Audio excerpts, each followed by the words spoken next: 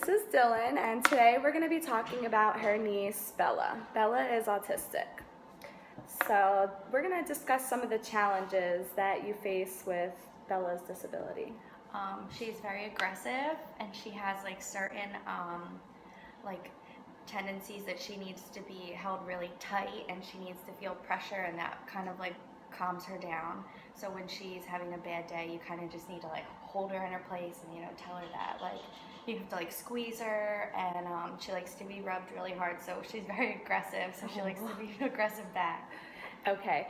How does she cope, would you say, with her disability? Do you think obviously she doesn't understand, but you're saying some of these things relax her and whatever, but how do you think she... From outside perspective, I think it can be frustrating. So I know when we get frustrated, I'm sure she's just as frustrated. She can't talk, so when she needs something and she can't get what she wants, or she can't communicate what she wants, it's frustrating. Okay. What supports does she receive? In school, does she have somebody that, helps her, or outside of school? Yeah, she goes to, it's a public school in New York, but it's strictly for children with disabilities and autism. So she's in a classroom of 12 kids, and they all have a main teacher, and they all have an aide that works with them side by side every day. And certain things they're very independent at school, but with the teacher they tell them everything to do. And when they eat lunch, they have to throw everything out. So it's funny, when she comes home and after dinner, she takes the fork, the knife, the glass plate, and she throws everything out. So we have to dig it out of the trash because they're very independent at school. Okay. All right. So dealing with Bella now, and spending a lot of time with her and everything, before you knew you had an autistic niece, or really knew about autism, what's your perspective now? How did it change? Well, when we first found out that she was autistic, obviously I didn't know anything about it. And then when we found out, it kind of just became this big thing, all over the news and stuff. So it was a big, I guess, epidemic. Okay. So I just have a couple additional questions that I wanted to ask. Communication, I know you mentioned that she's nonverbal. Mm-hmm. So is she completely nonverbal, or what's the...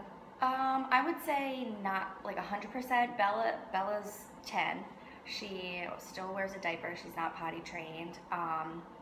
She doesn't use her words like we do every day, or on a sentence to sentence basis, but like I said, in the mornings, sometimes if she doesn't want to go to school, she says, "Me no go," she has those little words that she puts together.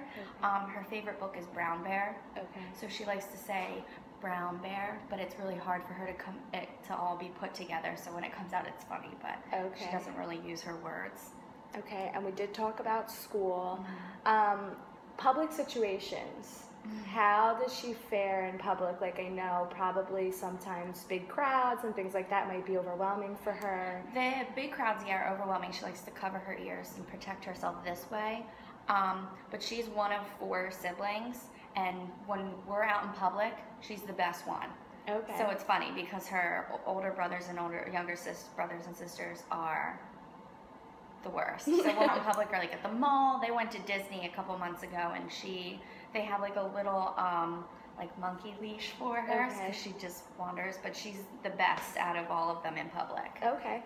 And I guess my last question would just be kind of Jackie's situation, because mm-hmm. She's got the other kids, and then she's got Bella that she obviously has to tend mm-hmm. to very closely and right. everything. So, I'm sure you see a lot of different sides of her dealing with, Bella's disability. Yeah, of course, because it's frustrating, and she's a single mom, so she does it all by herself. But luckily, she has 3 other kids that are very helpful. It sucks that they're young, but yeah. They're all very helpful, and the state's helpful, because she has an aide that is there the second she wakes up to the second she goes on the bus in the morning, and then there's an aide there the second she gets off the bus to the minute she puts her head on the pillow. So she does have someone to help her throughout yeah. the day. Okay, well, that was just a little bit about Bella, and thank you for sharing. Thank you.